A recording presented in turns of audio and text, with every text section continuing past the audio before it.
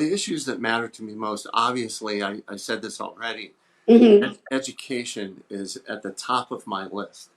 I know people worry about their property taxes and so forth, and I worry about that too, of Yeah. course.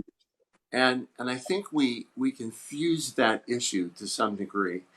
If you take a look at how schools are funded, and you actually study that, and this is not necessarily a Republican or a Democrat issue. This is a have and have nots issue in Harrisburg. But for a long time, if you go back, actually, if you go back to like the 1980s, mid 80s, late 80s, Harrisburg was funding public schools at a 50% rate. That means that the revenue that public schools got, at least in Senate District 33, was about Hmm. 50%. Harrisburg is now sending to public schools in this area about 32% of the revenue. So when you say, oh, the school boards are pumping up our property taxes, they have no choice because we get shortchanged by Harrisburg every Yeah. year.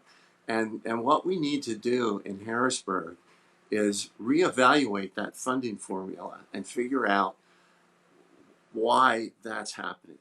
We need to prop up the funding to our public schools so that we don't overburden our property tax, our property owners. And that's something I'm looking forward to investigating, looking into. And I don't want to give away local control at the same time. Hmm. I think some of the plans that have been brought forth, many of the plans by the Republican caucus have given away a lot of local control, and I'm very concerned about that.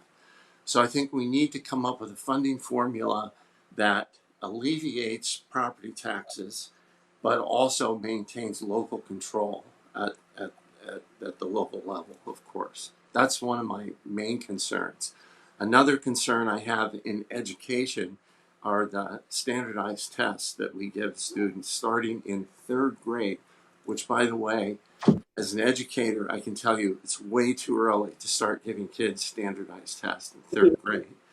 I think there are other better ways to evaluate how schools are doing other than doing a standardized test that only tests in language arts, at least at the high school level, language arts, algebra, and biology. Hmm. Everything else gets put to the side, and we concentrate on those three areas, and it narrows our curriculum down to this much.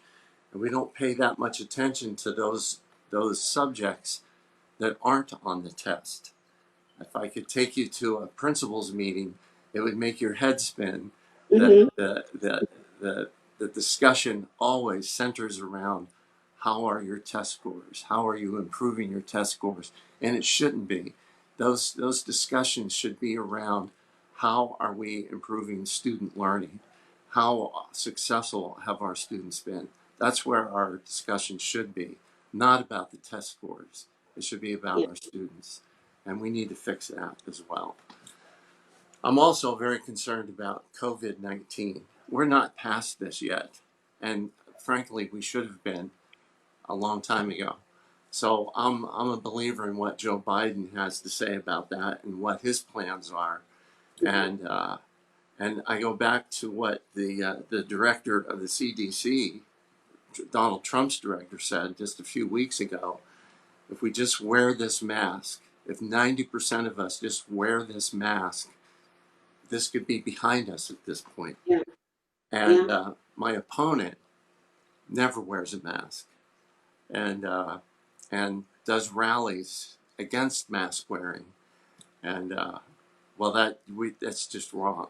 We But have a leader that is supposed to lead by example, and he's not wearing a mask either, right, and lied about the statistic, and as a result, 200,000 American lives were lost because of yes, that. that is correct. And we're not doing anything at this point to fix that. Hmm. And obviously, we need to fix that. We need to fix that in the worst way. And we should advocate for problem solving and not pointing fingers to say, well, it's their fault or their fault. We need to fix the problem. And that's what Harrisburg should be doing, and that's what Washington, D.C. should be doing.